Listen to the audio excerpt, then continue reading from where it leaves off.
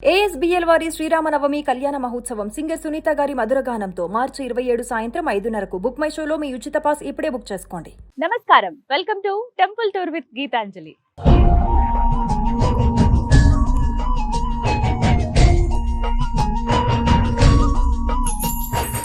త్రేతాయుగం నుంచి ఈ భద్రాచలానికి ఎంతో ప్రాముఖ్యత ఉందండి. ఎక్కడా మనం ప్రపంచంలో చూడని విధంగా ఆ శ్రీరాముల వారు కుడి చేతితో శంఖాన్ని, ఎడమ చేతితో చక్రాన్ని ఇక్కడ ధరిస్తారు. మరోవైపు ఆ సీతమ్మ తల్లిని ఒడిలో కూర్చోబెట్టుకుని పక్కనే లక్ష్మణుల వారు నుంచున్నట్టుగా విగ్రహాలు ఇక్కడ మనకు కనిపిస్తాయి. అంతేకాదు, రామ భక్తుల్లోనే అతి శ్రేష్ఠులైనటువంటి 3 భక్తులను ఈ ప్రాంతంలోనే స్వామివారు అనుగ్రహించారని చెబుతారు. వారెవరో కాదు, మేరు మేనకల సుపుత్రుడైనటువంటి భద్రుడు, అలాగే గిరిజన మహిళ అయినటువంటి పోకల దమ్మక్క, ఇక మరొకరు కంచర్ల గోపన్న, అదేనండి శ్రీరామదాసులు వారు. వీరి 3 అనుగ్రహించింది ఈ ప్రాంతంలోనే. వారు నిర్మించినటువంటి ఆలయమే ఇది. ఆయన కొలువైనటువంటి ఆ భద్రగిరే ఇది. ఇలా ఎన్నో విశేషాలతో అడుగడుగున ఆధ్యాత్మికత ఉట్టిపడుతూ చరిత్రకు సాక్ష్యంగా నిలిచినటువంటి ఆ రామయ్య ఆలయాన్ని మనము వీక్షిద్దామా? రండి, అలాగే ఆ స్వామి వారిని కూడా దర్శనం చేసుకుందాం.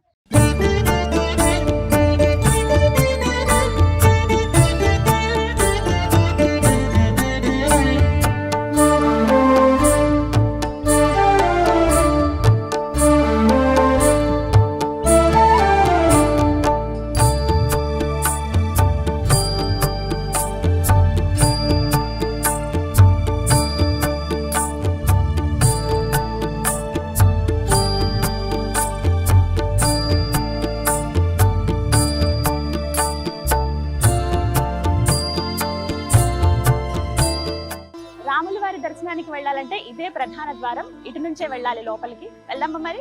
రండి. సుగ్రీవమిత్రం పరమం పవిత్రం సీతాకళత్రం నవమేఘ. ఆలయం లోపలికి మనం అడుగు పెట్టేశాము. కోలాహలంగా ఉంది భక్తులందరితోటి. లోపలికి అడుగు పెట్టగానే మనకి ముందుగా ఎడం పక్కగా గోకుల రామం అని చెప్పి మనకి గోశాల కనిపిస్తుందండి. వచ్చి అక్కడ గ్రాసం కూడా మనం తినిపించవచ్చు. వెళ్ళి ఒకసారి ఆవుల్ని కూడా చూద్దామా మరి? ఆవులున్నాయి, ఎద్దులు కూడా ఉన్నాయి ఇక్కడ. వెళ్దాం. అమ్మా, ఎంత? Thank you. మన చేతులతో ఇక్కడ పశుగ్రాసం మనమే తినిపించవచ్చు అనమాట.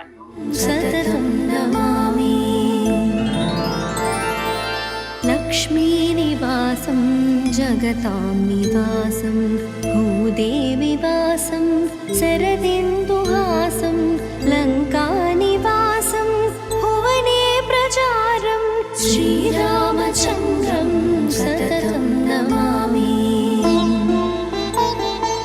మందారమాలం. గోవుకి పృష్ఠభాగంలో మహాలక్ష్మీదేవి కొలువై ఉంటుందని చెప్తారు కదా, అందుకే అందరూ కూడా నమస్కారం చేసుకుంటారండి.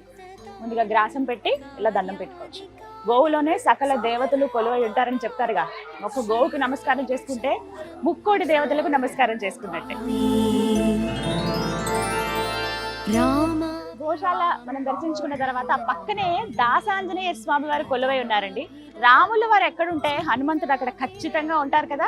రాముల వారి దర్శనానికి వెళ్లే ముందే ఇక్కడ దాసాంజనేయ స్వామి వారిని మనం దర్శించుకోవచ్చు. రండి, వెళ్దాం. ఆ రామయ్యకి ఎప్పుడూ బంటే కదా హనుమంతుడు. ఈ బంటుని నయాన్ని నిరంతరం రామనామస్మరణ. మనమైనా ఒక్క నిమిషం అటు ఇటుగా ఏమరపాట్లో ఉంటామేమో కానీ ఆ ఆంజనేయ స్వామి మాత్రం అనుక్షణం ఆయన నరనరాన, ఆయన రక్తంలో ప్రతి దాంట్లోనూ అణువణువున ఆ రామయ్య నిండిపోయాడు. ఒక్క క్షణం కూడా శ్రీరామ అనకుండా ఉండలేరంట. ప్రతినిత్యం అలా ధ్యానం చేస్తూనే ఉంటారు. ఆయన చిరంజీవి కదా, ఇప్పటికీ ఎక్కడో ఉన్నారు ఆయన అని అందరం నమ్ముతాం కదా. అదేవిధంగా ఇక్కడ నిరంతరం రామనామస్మరణ చేస్తూ హనుమంతుల వారి చేతులు జోడించి ఇలా చక్కగా ఇలా కూర్చున్నట్టుగా మనకు కనిపిస్తారు అన్నమాట. రామ మృదునామమున పులకించు హనుమా రామపద సేవకి అంకితమౌ హనుమా. మనం భద్రగిరి పైన ఉన్నాము. స్వామివారిని దర్శించుకోవాలంటే ఇంకా 51 మెట్లు ఎక్కి వెళ్లాల్సి ఉంటుంది. అయితే వయోవృద్ధులు కానీ వికలాంగులు కానీ ఎవరైనా ఉంటే వాళ్ళ సౌకర్యార్థం ఇక్కడ లిఫ్ట్ కూడా ఏర్పాటు చేశారండి. ఒకసారి ఈ లిఫ్ట్ బయట చూడండి ఎంత అందంగా ఉందో. ఒకవైపు ఏమో ఆంజనేయ స్వామి వారు, మరోవైపునేమో గరుత్మంతులు, ఇక ఇక్కడ శ్రీరామదాసు స్వామివారి అపర భక్తుడు శ్రీరామదాసుని అలాగా పెయింటింగ్స్ లాగా వేసి అందంగా చాలా అలంకరించారు, నీట్ గా తీర్చిదిద్దారని చెప్పుకోవాలి లిఫ్ట్ ని. అయితే లిఫ్ట్ సౌకర్యం కూడా ఉంది, అలా ఎవరైతే పెద్దవాళ్ళు ఉంటారో వాళ్ళు వెళ్ళటానికి. శ్రీరామచంద్రం సతతం నమామి. సీతారాముల దర్శనం వెళ్లే వారికి స్ట్రిక్ట్ రూల్స్ ఇక్కడ ఉన్నాయండి. ఫోన్స్ కానీ లేకపోతే వాళ్ళతో తెచ్చినటువంటి పెద్ద పెద్ద బ్యాగ్స్ కానీ అలాగే కెమెరాస్ కానీ ఇవేవి కూడా లోపలికి అలౌ చెయ్యరు. సో అందుకని అవన్నీ భద్రపరచుకోవడానికి ఇక్కడ లాక్ రూమ్స్ ఉన్నాయి. ఇక్కడ ఏంటంటే జస్ట్ 5 రూపీస్, 5 రూపాయలు ఇచ్చి మన వస్తువులు ఇక్కడ భద్రపరచుకుని వెళ్ళొచ్చు. మళ్ళీ తిరిగి వచ్చిన తర్వాతే కలెక్ట్ చేసుకోవాలన్నమాట.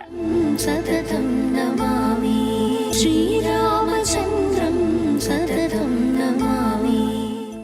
ఎంత పెద్ద మండపమో, మొత్తం స్తంభాలన్నీ కూడా ఉన్నాయి. మధ్య మధ్యలో ఇది చిత్రకూట మండపం అని అంటారండి. ఇక్కడ స్వామివారికి సంబంధించిన వాహనాలన్నీ కూడా ఇక్కడ భద్రపరుస్తారు. మొట్టమొదటిగా శ్రీరామదాసులు వారు చేయించినటువంటి వాహనం దగ్గర నుంచి ఇప్పటి వరకు స్వామివారికి ఎన్నైతే వాహనాలు ఉన్నాయో దగ్గర దగ్గర ఒక 20 వాహనాలు ఉంటాయండి. అవన్నీ కూడా ఇక్కడే భద్రపరుస్తారు అనమాట. ఇక్కడి నుంచే మనం చూడొచ్చు. చాలా విశాలంగా, చాలా పెద్దగా, నీట్ గా అమర్చారు, మెయింటైన్ చేస్తున్నారనే చెప్పుకోవాలి. ఆ పైనంతా కూడానండి బాపు రమణలు, రాముల వారికి ఎంత అపరభక్తులు మనకు తెలుసు కదా, వాళ్ళు చిత్రించినవి అలాగే వారు రాముడి గురించి రాసినవి ఇలా ఫోటో ఫ్రేమ్స్ లాగా చేయించి ఆ పైన అంతా పెట్టారనమాట. చాలా సుందరంగా ఉంది.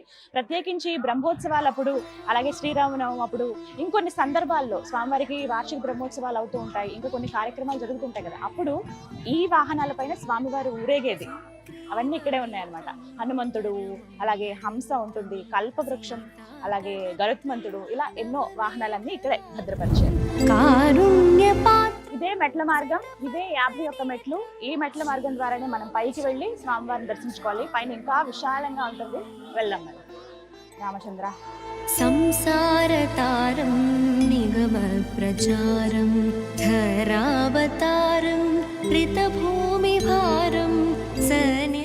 మెట్లకి పైకి రాగానే ముందుగా మనకి దర్శనం ఇచ్చేది ఇక్కడ హనుమంతుల వారే. ఇదిగో ఎంత చక్కగా ఉంటారో తెలుసా, ఇక్కడ స్వామి నుంచుని ఉంటారనమాట.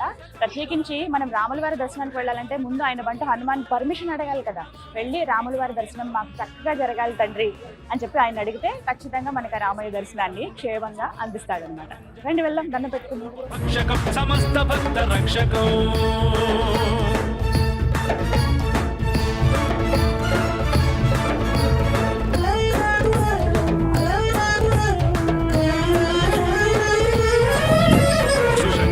సుఖండ పుష్టివాన్ యోహితం వచస్వమాశు ధైర్యమాశ్రయాత్రవో భయం కదాపి ఇతి ప్లవంగనాథ భాషితం నిశంభవానరాధినాథ ఆపశం తథా స రామదూత ఆశ్రయః.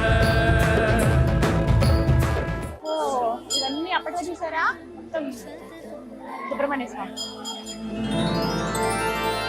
లక్ష్మీ నివాసం జగతా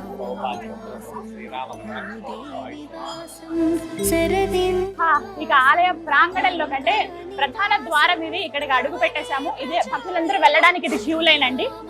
తిరిగి వెళ్ళిపోయేది ఎగ్జిట్ లైన్ ఇది అనమాట. ఇలా ఈ మార్గం ద్వారా లోపలికి రావచ్చు. ఎందుకంటే మనకి ఇక్కడ రామనామంతోనే స్వాగతం పలుకుతారు లోపలికి. వసనేరసాలం పూర్ణైర్విశాలం రిత సప్తతాళం కార్యాదికాలం. ఇదే స్వామివారి ధ్వజస్తంభం. ముందుగా మనం ధ్వజస్తంభం దగ్గర దండం పెట్టుకుంటాం కదా, అలాగే ఇక్కడ దండం పెట్టుకోవచ్చు. అయితే లోపల దాకా వెళ్ళడానికి లేదు, ఈ చుట్టూ ఇక్కడ నుంచి దండం పెట్టుకుని వెళ్ళొచ్చు అనమాట. అల్లంత దూరం నుంచి, అంటే ఈ భద్రాచలం చుట్టుపక్కల మనం ఎక్కడ ఉన్నా సరే ఈ ధ్వజస్తంభం మనకి దర్శనం ఇస్తుంది. సుగుణాభిరామం విశ్వ ప్రమాణం క్రతుభోగకామం శ్రీరామచంద్ర. ఇదే లోపల దర్శనానికి వెళ్లే మార్గం అండి. ఈ క్యూ లైన్ల ద్వారానే వెళ్తారు భక్తులందరూ కూడాను. చాలా సందడిగా ఉంది, భక్తులతో కోలాహలంగా ఉంది, రద్దీగా ఉందని చెప్పుకోవాలి. ఈ మార్గం గుండానే లోపలికి వెళ్తారు. జయ విజయాలు బయట మనకి విగ్రహాలు కనిపిస్తాయి. ఆ తర్వాత ప్రధాన ఆలయంలోకి వాళ్ళు అడుగు పెట్టినట్టే పైన మనకి లక్ష్మీదేవి, గజలక్ష్మి అమ్మవారి దర్శనం ఇస్తారు. అంతా కూడా బంగారం తోడుగా అనమాట. అలా ఆ బంగారు వాకిల్ నుంచి లోపలికి వెళ్లి స్వామివారిని దర్శనం చేసుకోవచ్చు. వీళ్ళందరూ స్వామివారి దర్శనం కోసమే వేచి ఉన్నారు. చూసారా, ఇదే స్వామివారి తులాభారం అండి. ఎవరైతే భక్తులు మొక్కుకుంటారో మేము ఇలా స్వామివారికి సమర్పిద్దాం అనుకుంటున్నాం అన్న వాళ్ళు, అది ఏదైనా కావచ్చు, వస్తు రూపంలో కావచ్చు, ధన రూపంలో కావచ్చు, వాళ్ళు ఇక్కడ తులాభారంకి ఇక్కడ కూర్చుంటారు అనమాట. వాళ్ళు ఎంత వెయిట్ అయితే ఉంటారో అంత వెయిట్, అంటే వాళ్ళ శక్తి కొలది వాళ్ళు బియ్యం ఇవ్వచ్చు, లేకపోతే ఏమైనా పళ్ళు ఇస్తారు కొంతమంది ఇంకేమైనా ప్రసాదాల్లాగా పంచిపెట్టండి అని ఇస్తారు. కొంతమంది ఎంత బరువు ఉన్నారో దానికి తగ్గట్టుగా డబ్బులు కూడా ఇచ్చేస్తారనమాట. అంత బరువు ఉన్నటువంటి, అంటే అన్ని డబ్బులు ఖర్చేటువంటి అన్ని కేజీల బియ్యం మా తరపున స్వామివారికి ఇవ్వండి, అన్న ప్రసాదంలో పెట్టండి అని చెప్పి ఇలా స్వామివారి స్వామివారికి సంబంధించిన తులాభారం ఇది. ఎవరైతే భక్తులు వస్తారో వాళ్ళు ఇక్కడ ఇవ్వచ్చు. ముందుగా మనం ఆఫీస్ దగ్గర సంప్రదించి వాళ్ళు ఇక్కడ ఈ కార్యక్రమంలో పాల్గొనొచ్చు. మమ పాపమపాకురుదేవ జలజనయన విధినముచిహరణ ముఖ విబుధ వినుత పద పద్మ. ఎక్కువ శాతం అండి సంతానం లేని వాళ్ళు ఎవరైతే ఉంటారో వాళ్ళు వచ్చి స్వామివారికి మొక్కుకుంటే వాళ్ళకి సంతానం కలిగిందని అలా ఆ పిల్లలు తీసుకొచ్చి ఇక్కడ తూగుతారనమాట. ఎంత బరువు అయితే పిల్లలు ఉంటారో అన్ని చిల్లర నాణ్యాలు ఇవ్వటం కానీ, లేకపోతే ఎంత బరువు ఉంటారో అంత డబ్బులు ఖర్చు పెట్టి ఆ బియ్యం సమర్పించడం కానీ, అన్న ప్రసాదాలు ఎవరైతే అంటే వచ్చిన భక్తులకి అన్న వితరణ చేస్తారు కదా, అప్పుడు ఆ డబ్బులు అక్కడ వినియోగించండి అని కానీ ఇలా రకరకాలుగా భక్తితో స్వామివారికి సమర్పిస్తారనమాట. ప్రస్తుతం ఇక్కడ ఆలయంలో ఉత్సవాలు జరుగుతున్నాయండి. స్వామి అమ్మవార్లను గరుడ వాహనం పైన ఊరేగిస్తున్నారు. నిజంగా ఎంత సందడిగా ఉందో తెలుసా. ఆ మేళతాళాలు మంగళ వాయిద్యాల నడుమ స్వామివారిని అలా ఊరేగించుకుంటూ గరుత్మంతుడి పైన ఆ వాహనం పైన తీసుకువెళ్తున్నారన్నమాట. చూడండి ఎంత సుందరంగా ఉన్నారో.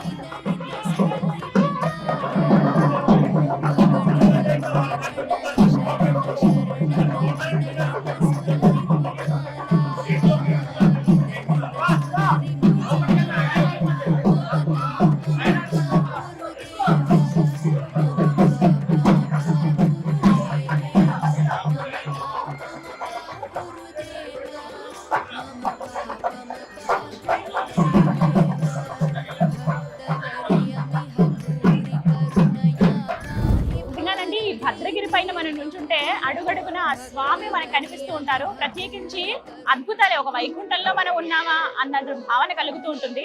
ఇలా ఒక దగ్గరికి వచ్చి చూస్తే నాకు అనిపించింది స్వామివారి వెండి రథం ఇది. ఒకసారి చూడండి ఎంత బాగుందో. 2 అశ్వాలతోటి మధ్యలో లక్ష్మీదేవి కూర్చున్నట్టుగా ఉంటుంది. అక్కడ స్వామివారిని పెడతారనమాట ఆ మధ్యలో ఆ మండపం దగ్గర. ఇదంతా కూడా పూర్తిగా వెండి రథం. సమర్పించిన వాళ్ళ పేర్లు కూడా ఇక్కడ ఉంది. భక్తులు చేయించారు ఇక్కడ. అక్షరాల ఈ రథం ఖర్చు 36 లక్షల రూపాయలండి. మొత్తం పూర్తిగా వెండితో చేసిందే ఇదంతా కూడా. చాలా బాగుంది. అయితే ఈ వెండి రథాన్ని లాగేటువంటి అదృష్టం భక్తులకు కూడా ఉంది. ప్రత్యేకంగా రుసుము ఉంటుంది. 1116 అనేది మనం కడితే ప్రతిరోజు ఆ కార్యక్రమం ఉంటుంది. ఎవరికైతే స్వామివారి సేవలో పాల్గొనాలనుకుంటారో వాళ్ళు అలా డబ్బులు కట్టి మనం ఇలా స్వామివారి రథాన్ని మన చేతులతో లాగొచ్చు అనమాట. ఎంతటి అదృష్టమో కదా అది. మీరు కనుక భద్రాచలం వచ్చినప్పుడు ఖచ్చితంగా మిస్ అవ్వద్దు. ఇలాంటి ఏమైనా ఛాన్స్ ఉంటే డెఫినెట్ గా స్వామి సేవలో పాల్గొనాలి.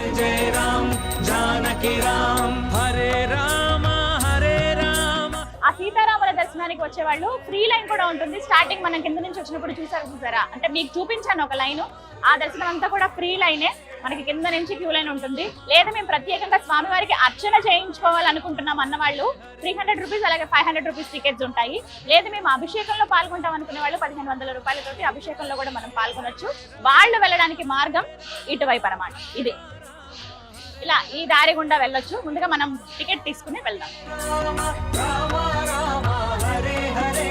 హరే రామ హరే రామ రామ రామ హరే హరే హరే రామ హరే రామ రామ రామ హరే హరే హరే రామ హరే రామ రామ రామ. ఇక్కడ ప్రత్యేకంగా కొన్ని ఆచారాలు కూడా ఉంటాయండి. ఎవరైతే నూతన దంపతులు ఉన్నారో వాళ్ళు ఖచ్చితంగా వివాహం జరిగిన వెంటనే స్వామివారి దర్శనానికి వస్తారు. ఇక్కడ స్వామివారి కళ్యాణంలో కూడా పాల్గొంటారనమాట. అలా కొత్తగా పెళ్ళైన జంట కూడా వచ్చారు చూడండి.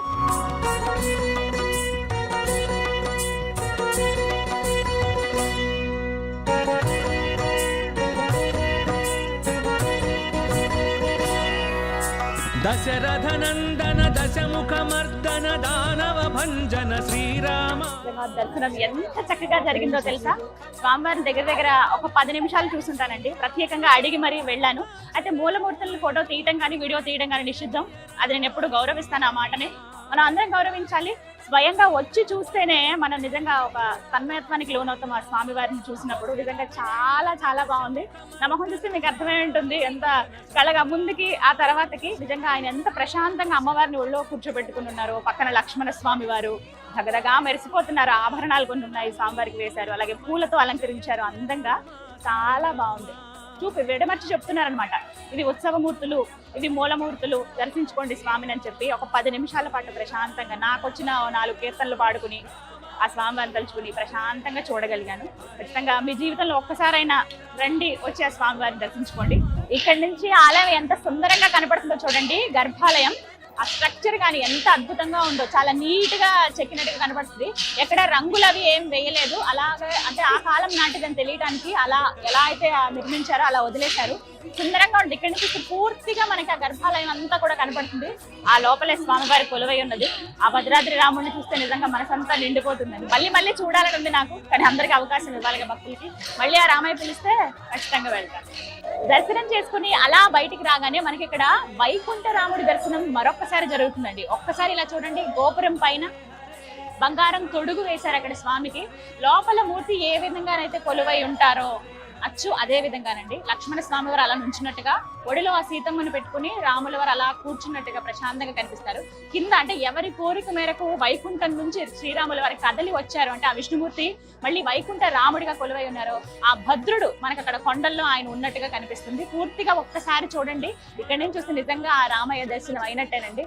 దర్శనం చేసుకుని వచ్చి ఇక్కడ ఒక్కసారి ఆ గోపురానికి దండం పెట్టుకుంటే, అక్కడ కనిపించేటువంటి ఆ వైకుంఠ రాముడికి దండం పెట్టుకుంటే చాలు. నిజంగా వైకుంఠంలో ఆ స్వామిని చూసిన అత్యంతమైన అద్భుతానికి, ఆ అమిత ఆశ్చర్యానికి మనం లోనవుతాము. అంతటి అదృష్టం అని కూడా చెప్తూ ఉంటారు. దండం పెట్టుకోండి మీరు కూడా. రామచంద్ర లక్ష్మణ భ్రాత లక్షణ చరిత మోక్ష ప్రదాయక శ్రీ సీతారామచంద్రుల వారి ఆలయానికి అత్యంత ఆకర్షణీయం, ప్రత్యేకం గోపురం పైన ఉన్నటువంటి ఆ సుదర్శన చక్రమేనండి. ప్రతి ఆలయంలో మనం ఇలా చక్రాన్ని చూడము, కేవలం ఇక్కడ భద్రాద్రి రామయ్య ఆలయంలో గోపురం పైన ఉన్నటువంటి ఆ సుదర్శన చక్రాన్ని చూడండి. స్వయంగా ఆ స్వామి వారే ప్రసాదించినటువంటి సుదర్శన చక్రం ఇది. దీనికి సంబంధించి కథనం చెప్తారు. శ్రీరామదాసుల వారు ఆలయం నిర్మించేటప్పుడు మొత్తం ఆలయం అంతా పూర్తయిపోతుంది, ఇక గోపురం ఒకటి నిర్మించాలి అని చెప్పి ఆ చివరి భాగం ఏదైతే ఉంటుందో అది కూడా నిర్మిద్దామని చెప్పి మొత్తం అంతా ఏర్పాట్లు చేసిన తర్వాత ఎన్నిసార్లు నిర్మాణం చేసినా కూడా అది పడిపోతూనే ఉండేదట. అస్సలు కుదిరేది కాదు. ఆయన చాలా బాధపడేవాళ్ళు. ఏంటి రామచంద్ర, ఇంత కష్టపడి ఇంత కడుతున్నాము, అన్ని సమకూరే గానీ ఇలా గోపురం ఎందుకు సరిగా కుదరట్లేదు అనుకుంటే ఒకసారి ఆయనకి ఆకాశవాణి నుంచి ఒక వినపడుతుంది అనమాట, ఒక మాట, నువ్వు ఎంత ప్రయత్నించినా అది కుదరదు, నా నుంచి నీకు ఒక శిఖరం పైన ఏం పెట్టాలి అనేది నేనే అనుగ్రహిస్తానని చెప్తారు. అలా సరే స్వామివారే ఇస్తానన్నారు కదా అని ఆయన ఆ రోజు రాత్రి నిద్రలోకి వెళ్ళిన తర్వాత స్వప్నంలో ఆ శ్రీరాముల వారే దర్శనమిస్తారు. ఆ ఒక మాట చెప్తారనమాట, నువ్వు ఎందుకు అంత ఇబ్బంది పడుతున్నావు, బాధపడుతున్నావు, ఇదంతా నేనే కదా నీతో చేయించుకున్నాను, నువ్వు ఏమాత్రం చింతించకు, రేపు ఉదయాన్నే వెళ్ళి నువ్వు గోదావరి నదిలో ఒకసారి స్నానం ఆచరించు, అక్కడ పెట్టాల్సిన సుదర్శన చక్రాన్ని, ఆ చక్రాన్ని నేనే అనుగ్రహిస్తానని చెప్తారు. ఇక తెల్లవారుతుంది, తెల్లవారు ఎప్పుడెప్పుడు తెల్లవారుతుందా అని ఎదురు చూస్తూ ఉంటారు ఆ శ్రీరామదాసులు వారు. వెంటనే వెళ్ళి గోదావరి నదిలో స్నానం ఆచరిస్తూ ఉండగానే అలా గోదావరి నదిలోంచి సుదర్శన చక్రం కొట్టుకుని వస్తుంది. ఆ చక్రమే ఇక్కడ పైన పెట్టారనమాట. అది చూసారా, నిజంగా స్వయంగా ఆ స్వామి వారు ప్రసాదించినటువంటి సుదర్శన చక్రం అది. ఎంతో ఆనందంతో స్వయంగా స్వామివారు ఇచ్చారని చెప్పి తీసుకొచ్చి ఆ గోపురం పైన ఎలా పెడతారు. అప్పటి నుంచి ఎలాంటి ఇబ్బంది ఉండదు. ఆ తర్వాత స్వామివారిని లోపల ప్రతిష్ఠించేదాకా విగ్రహ నిర్మాణం కావచ్చు, ఆలయ నిర్మాణం కావచ్చు, ఇవన్నీ కూడా జరుగుతాయి. చాలా సుందరంగా కనపడుతుంది. అప్పటి నుంచి ఆ సుదర్శన చక్రాన్ని అందరూ దర్శించుకుని తరిస్తారనమాట.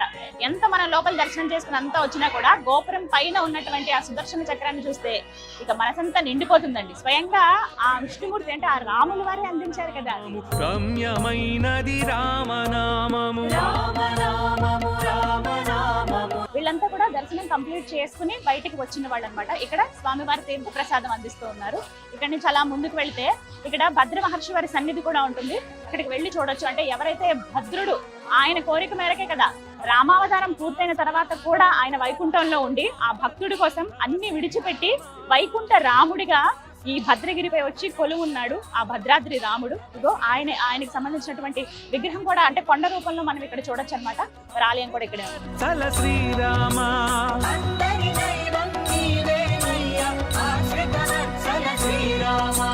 అయోధ్యవాస ఇక్కడ నిజంగానే ఒక ప్రత్యేకం అండి. ఎవరైతే ఆ మేనకల సుపుత్రుడు భక్తవరదుడు ఎవరైతే ఉన్నారో ఆ భద్రుడు ఆయన ఇలా కొండ రూపంలోనే కదా ఉంటారు. నేను కొండ రూపంలో కొలువై ఉంటాను, మీరు వచ్చి ఇక్కడ నా పైన కొలువు ఉండండి స్వామి అంటే ఎక్కడైతే ఆయన శిరస్సు భాగం ఉందో అక్కడే కరెక్ట్ గా గర్భాలయం మనం చూడొచ్చండి. అయితే వారిని ఇక్కడ ఒక రూపంగా ఏర్పాటు చేసిన ఇదంతా కొండ కూడా ఆయనకి గుర్తుగా అనమాట. ఇది ఆయన సన్నిధే. ఆ వెనక భాగాల్లో ఇలా కొండలా కనబడుతుంది. ఇక్కడ వీళ్ళందరూ చేస్తుంది ఏమిటంటే ఒకసారి మన మనసు పెట్టి ఆ రాముల వారిని మనసు నిండా తలుచుకుని ఆ కొండ ఆ గుట్ట పైన ఇలా చెవి పెట్టి వింటే శ్రీరామ శ్రీరామ అని వినపడుతుందట. మనం కూడా వెళ్దాం, అదంతా మన భక్తి కదా, ఒకసారి వెళ్ళి విందాం.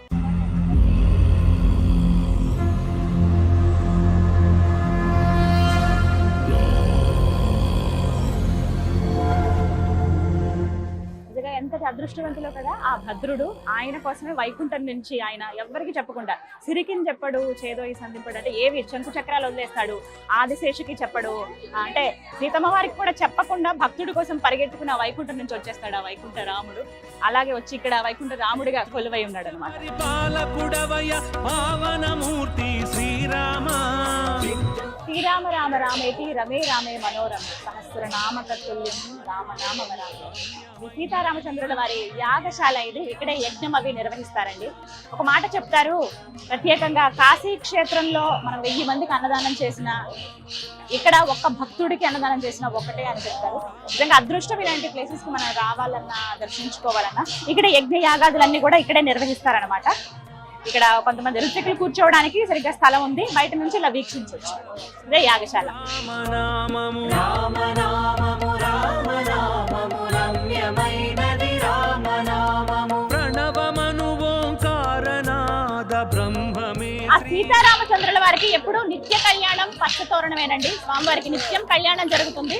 అందులో భాగంగా కళ్యాణం జరిగేటువంటి స్థలం ఇక్కడే, ఇదే మండపంలో స్వామివారికి కళ్యాణం చేస్తారన్నమాట. ఎంతో విశాలంగా ఉంటుంది.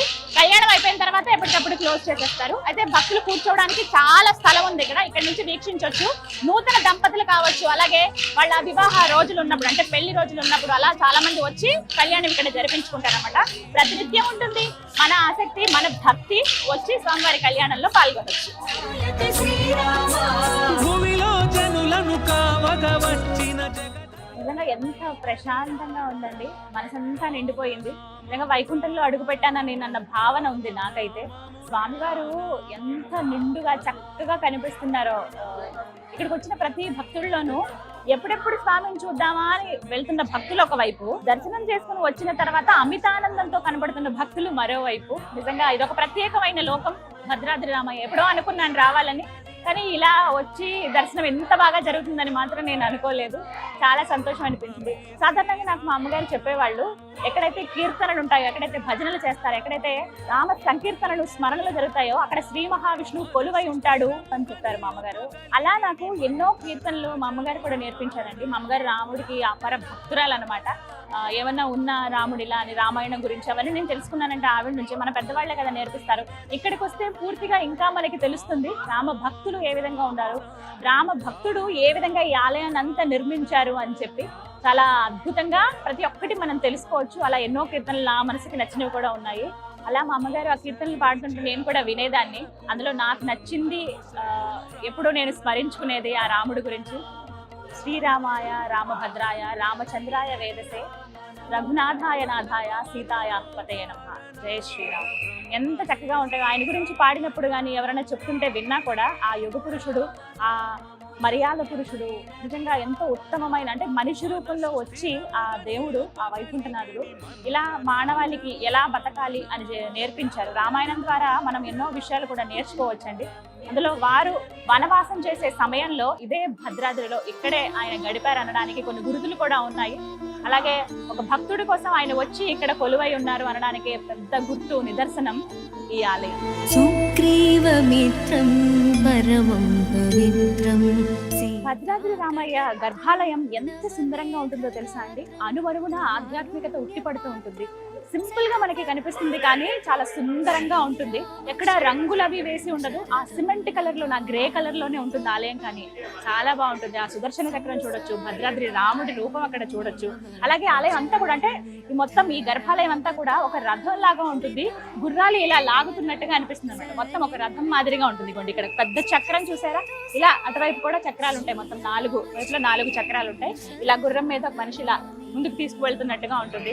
ఆ రామయ్య నిజంగా ఎంత అందంగా ఈ ఆలయాన్ని తీర్చిదిద్దుకున్నాడు. ఆయన భక్తుడితో కదా, ముందుగా దమ్మక్క ఆయన విగ్రహం ఇక్కడ ఉంది అని చెప్పి ఆమెకి కలలో స్వామి కనిపించి చెప్పడం, ఒక మాట కూడా ఇస్తారు, నీకు ఇంకొక భక్తుడు తోడవుతాడు, ఆయనతో పాటు నువ్వు నాకు ఆలయం నిర్మిస్తావని చెప్పి చెప్పడం.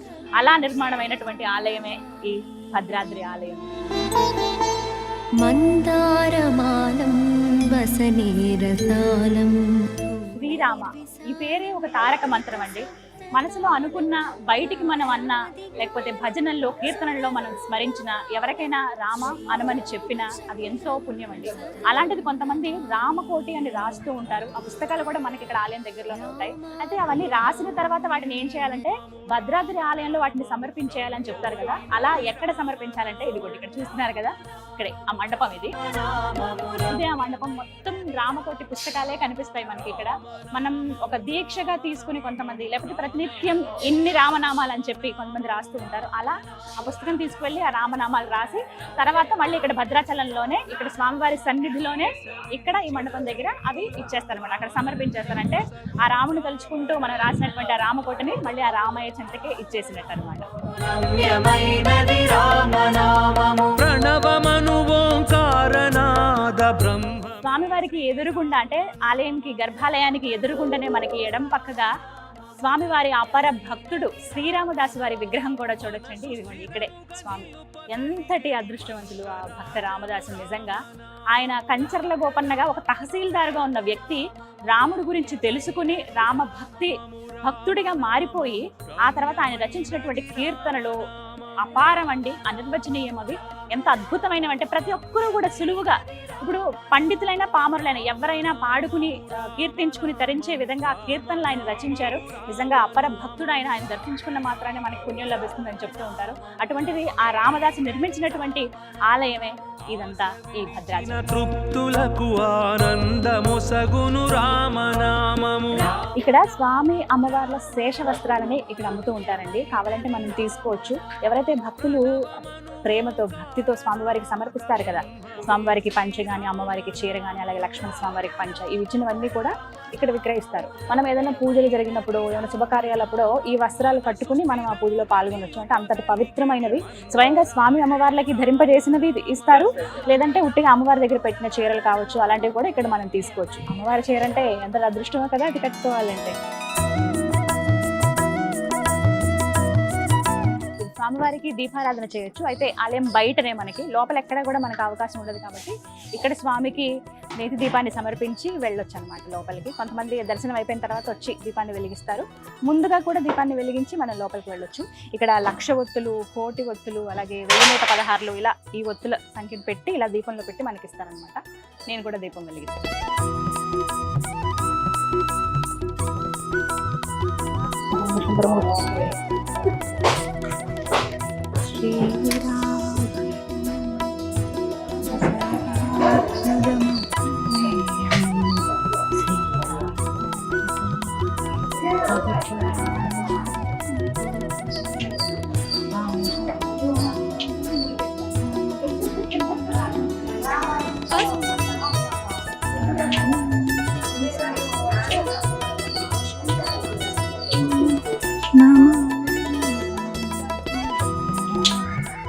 అపర శబరి కోకల దమ్మక్కను ఇక్కడ మనం దర్శించుకోవచ్చండి. ఆ భద్రాద్రి రాముణ్ణి ముందుగా వెతికి, అంటే ఆ స్వామి ఎక్కడున్నారో తెలుసుకుని ఒక చిన్న పాకలో ఒక మందిరం లాగా నిర్మించి కొలిచినటువంటి భవ్య ఘనత ఆవిడ సొంతం. ఆవిడని ఇక్కడ విగ్రహ రూపంలో పెట్టారు. ఎలా అయితే ఆమె కొలిచిందో ఒక తాటాకు పాకలో స్వామివారిని ఇలా పెట్టి, అంటే సీతమ్మ వారు స్వామివారు అలా ఉన్నట్టుగా, పక్కన లక్ష్మణ స్వామివారు ఉన్నట్టుగా, అంటే ఒకే శిలపైన వాళ్ళు అలా లభించారు. అలా వారిని తీసుకొచ్చి, ఎలా అయితే దొరికారో అలా తీసుకొచ్చి ఒక చెట్టు కింద పెట్టి ఒక పాకలాగా నిర్మించి, వాళ్ళకి అప్పట్లో ఆమెకి ఏమి తెలిసేది కాదు కదా. ఒక ఆకులో, అంటే స్వామివారికి నైవేద్యం కూడా పెట్టాలి కదా మరి, ఆహారం అని చెప్పి తాటి పండ్లు తీసుకొచ్చి పెట్టేవారంట. దానికి గుర్తుగా ఇక్కడ చూడండి తాటి పండ్లు. ఆవిడ ఎంత వృద్ధురాలంటే ఇంకా నడవలేని స్థితి ఆవిడది. కొంచెం ఆ ఏజ్లో ఆమెకి స్వామివారు అలా కనపడడం, కళలో కనిపించడం నిజంగా అద్భుతమే. చేతికర్ర కూడా పక్కన ఉంది చూడండి. ఒక గుట్ట మీద ఆవిడ కూర్చుని స్వామిని కొలుస్తున్నట్లుగా కనిపిస్తుంది. తాటి పండ్లు నైవేద్యంగా పెట్టేవారనమాట. జన జనయన విధి నముచి హరణ ముఖ విబుధ వినుత పద పద్మ. దమ్మక్క ఇదే భద్రాచలం ప్రాంతంలో ఆవిడ నివాసం ఉండేవాళ్ళండి. ఎప్పుడెప్పుడు ఆ స్వామి మనకు దర్శనం ఇస్తారా, ఆ స్వామి కృప ఎప్పుడు నా పైన కలుగుతుందా అని ఆమె ఎప్పుడు ఎదురు చూస్తూ ఉండేది. అపర భక్తురాలు ఆ శ్రీరామచంద్రుడికి ఆవిడ. ఒకరోజు ఆవిడ కలలో, అంటే స్వప్నంలో స్వామివారు దర్శనం ఇస్తారనమాట.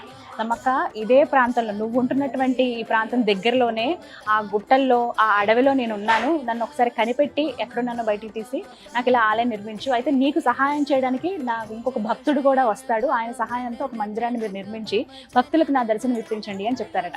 ఆమెకి ఇంకా రాత్రి నిద్ర కూడా సరిగ్గా పట్టదు, ఎప్పుడెప్పుడు తెల్లవారుతుందా అని చెప్పి. కొంచెం ఇంకా చీకటి కొద్దిగా మసకపోయి తెల్లవారుతుండగానే ఆమె ఎక్కడున్న స్వామి విగ్రహం అని చాలా వెతుకుతుంది. ఎంత వెతికినా కూడా కనిపించదు. ఇక్కడే ఉన్నానన్నావయ్యా నువ్వు, ఎక్కడున్నావు అంత వెతుకుతుంటే ఒక చీమల పుట్టలో అప్పుడు ఆమెకి కొంచెం ఇలా వంగి లోపల పుట్ట లోపలికి చూస్తే విగ్రహాలు కనిపిస్తాయి. ఎలా బయటికి తీయాలో తెలియదు. అప్పుడు గోదావరిలోంచి నీళ్ళని తీసుకొచ్చి కుండలతో అంటే ఆ వయసులో కూడా ఆవిడ ఏమాత్రం విసుక్కోకుండా, అంటే స్వామి నాకు కనిపించడన్న ఆయనే ఆజ్ఞించాడన్న ఇదితో వెళ్ళి కుండలతో నీళ్లు తీసుకొస్తుంది. దగ్గర చాలా వరకు 10-15 కుండలు నీళ్ళు అలా తీసుకొచ్చిన తర్వాత అలా పోస్తే మొత్తం ఆ మట్టంతా నానిపోయి విగ్రహాలన్నీ కూడా బయటకు వస్తాయి. అలా వచ్చిన ఆ విగ్రహాలను తీసుకుని ఎక్కడ పెట్టాలి, అక్కడే ఉంచితే కుదరదు కదా, మొత్తం అంతా అడవి కదా. అలా ఆ విగ్రహాలను పట్టుకుని మోసుకుంటూ బయటకు తీసుకొచ్చి ఒక చదునుగా ఉన్నటువంటి ఒక గుట్ట పైన పెట్టి దానిపైన ఇలా పాకలాగా ఏర్పాటు చేసి, ఇప్పుడు ఏదైతే నమూనా మనం చూస్తున్నామో ఇదేనండి, అలా పాకలాగా పెట్టి తాటి పండ్లు తీసుకొచ్చి స్వామివారికి నైవేద్యం పెట్టి ప్రతినిత్యం ఇలా పూజ చేసేదట. ఆ తర్వాత శ్రీరామదాసు రావటము, ఆ పూజ అంటే మిగతా అన్ని తెలుసుకోవటం, నా రామయ్య ఎక్కడే అని ఆమె ఎంత ఆతురతగా చెప్తుందో. రామదాసు గారికి అలాగే వారి భార్య ఇద్దరు కూడా వచ్చినప్పుడు అక్కడ పర్యటించినప్పుడు ఆ పర్ణశాలలో అంతా చూపించి ఇదంతా రాముడు నడిచిన ప్రదేశం, ఆ రామయ్య ఇక్కడ కొలువై ఉన్నాడు, ఆ రాముడు గుడి కడదామనంటే అప్పుడు నిర్ణయించుకుని ఇద్దరు కలిసి మొత్తం ఆ గ్రామ ప్రజలందరి సహాయంతో డబ్బులన్నీ తీసుకుని ఆ డబ్బులతోటి ఆలయాన్ని నిర్మిస్తారన్నమాట.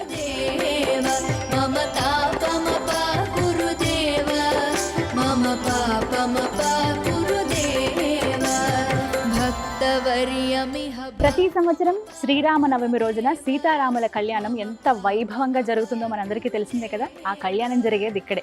ఇదే మిథిలా స్టేడియం అంటారు ఈ ప్రాంతాన్ని. లక్షల మంది చూస్తుండగా ఇక్కడ స్వామివారికి కళ్యాణం జరుగుతుంది. ఇంకా కోట్ల మంది టీవీల ద్వారా మనం అలాగే ఫోన్స్లో మనం వీక్షిస్తూ ఉంటాం అనమాట. ఇక్కడికి వచ్చి ఆ కళ్యాణంలో పాల్గొనటం, అక్కడ నుంచి చూడడం అనేది చాలా గొప్ప అదృష్టం. సంవత్సరానికి ఒక్కసారి జరిగేటువంటి ఆ కార్యక్రమంలో పాల్గొనాలని ఎంతోమంది పరితపిస్తూ ఉంటారు. చాలా కొద్ది మందికి మాత్రమే అదృష్టం దొరుకుతుంది. నేనైతే ఎప్పుడు చూడలేదు. ఎప్పుడైనా ఒక్కసారి ఆ కళ్యాణం చూసే భాగ్యం దక్కాలని ఆ రామచంద్రుల వారికి మనం విన్నవించుకుందాం. భక్తవర్యమిహ భూరి కరుణయా పాహి భారతీ తీర్థం. భక్తవర్యమిహ భూరి కరుణయా పాహి భారతీ తీర్థం.